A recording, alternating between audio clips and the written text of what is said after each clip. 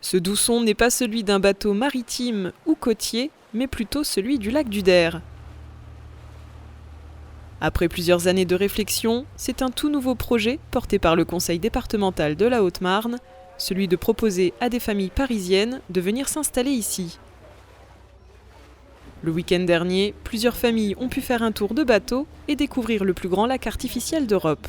Ça part d'un constat assez simple. On se rend compte en fait que les familles qui veulent quitter les grandes villes, notamment Paris et les grandes agglomérations, c'est vraiment une envie de qualité de vie. Alors l'emploi bien sûr c'est important, mais c'est au-delà de l'emploi, on se rend compte en fait que des familles avec enfants, ils veulent offrir une autre qualité de vie à leur famille.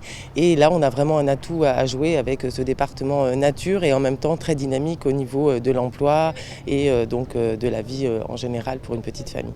En collaboration avec une agence spécialisée dans les mobilités, ce projet, c'est aussi une sélection. Ces familles sélectionnées suivant plusieurs critères ont pu découvrir la ville de Saint-Dizier, le lac du Der, mais aussi Joinville.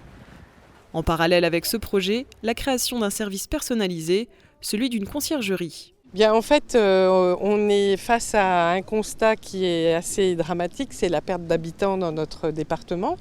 Et donc l'idée de la conciergerie, c'est vraiment d'apporter un service hyper personnalisé à chacune des familles avec une évaluation de leurs besoins, de leurs envies et puis un accompagnement sur mesure, c'est-à-dire que chaque famille va avoir un technicien de la conciergerie qui leur sera affecté et qui va les accompagner tout au long de leur projet jusqu'à l'aboutissement de leur installation.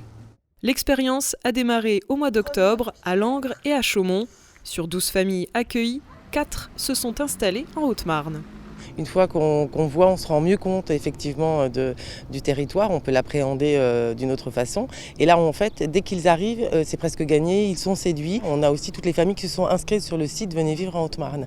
Sur la première opération, on avait plus de 500 inscrits qu'on continue d'accompagner.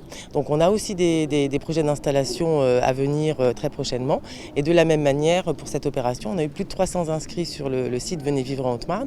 Et également donc des familles aussi qui n'ont pas été sélectionnées pour le week-end, mais qui sont quand même très motivés pour venir sur le territoire et d'ailleurs qui vont pouvoir venir par eux-mêmes et on va aussi les accompagner. Depuis 2016, le département de la Haute-Marne est engagé dans une démarche d'attractivité et de proposer un changement de vie à ces familles issues des grandes métropoles. Et pour certains, le choix est déjà fait. Nous qui sortons d'un grand centre-ville, on ne se dit pas forcément qu'il y a forcément des lacs ou des activités plus intéressantes à faire. Donc on est agréablement surpris. Et puis avec l'équipe qui est motivée, qui a la patate, qui apparemment, vous avez tous l'ADN de pouvoir être aussi accueillant et on a compris l'histoire des villes. Donc effectivement, oui, ça nous transmet l'engouement. Je dirais ça dépend de nos projets, ça va dépendre du coup de notre travail.